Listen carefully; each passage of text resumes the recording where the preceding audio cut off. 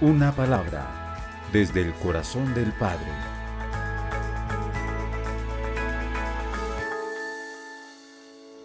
Siguiendo con la línea del Antiguo Testamento, me quiero referir a Daniel. A Daniel y a sus amigos, a sus compañeros de cautividad en Babilonia. Daniel capítulo 6, versículo 28, dice la Biblia que allí Daniel fue prosperado por Dios. Y no solamente prosperado, él fue protegido.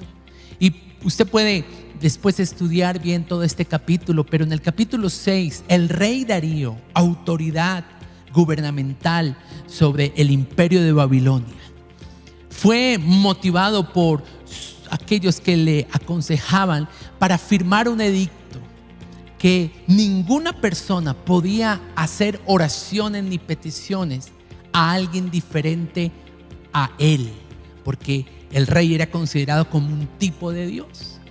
Y cuando Daniel se enteró de eso, entró, podemos decir, en desacato civil.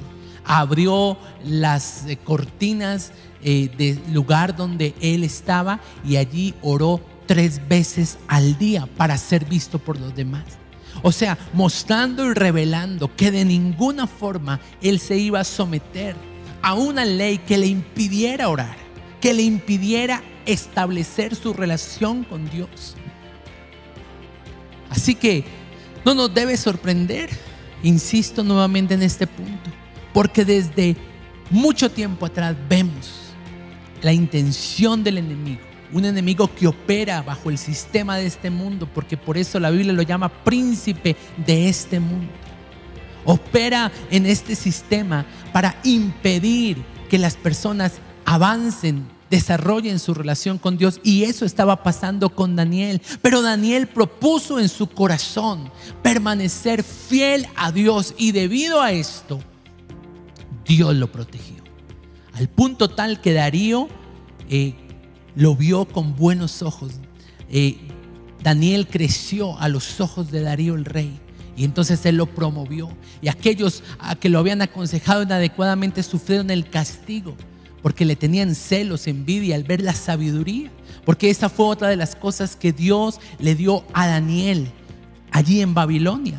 Daniel capítulo 1 versículo 8 dice que Daniel fue hallado 10 veces mejor.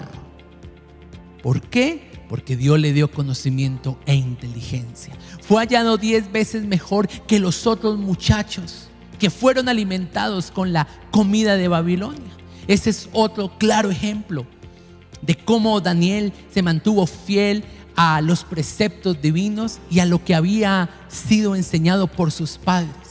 Porque para un judío no estaba bien participar de la comida babilónica, que seguramente había sido sacrificada en honor a los dioses de aquel imperio.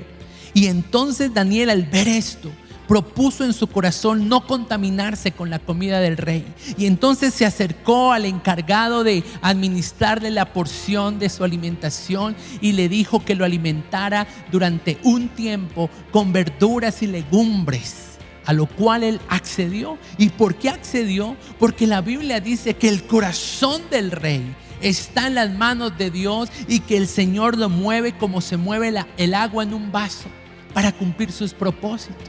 Por eso, cada vez que usted declara que Jesucristo es Rey de Reyes, está declarando que por encima de cualquier intención malévola del enemigo operando en este sistema mundano, no prevalecerá, porque Jesucristo está por encima de cualquier autoridad. Así que Dios tocó el corazón de aquel que lo supervisaba, y él accedió a alimentar a Daniel como éste lo había propuesto. Y al cabo de los 10 días de prueba, se vio que había en él más sabiduría, más inteligencia, y eso lo hizo destacar en aquel imperio. ¿Por qué? Porque él fue fiel a Dios en medio de la persecución, y por lo tanto Dios nunca lo abandonó. También en el mismo libro de Daniel se nos habla de sus 3 amigos. En Daniel capítulo 3 versículo 30, la Biblia dice que el rey Nabucodonosor los engrandeció.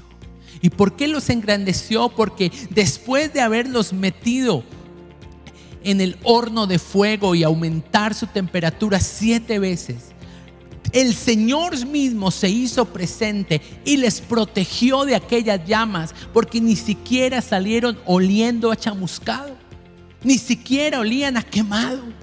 Y esto impactó a Nabucodonosor, que reconoció que el Señor que ellos profesaban era Dios sobre todo Dios. Y entonces los honró.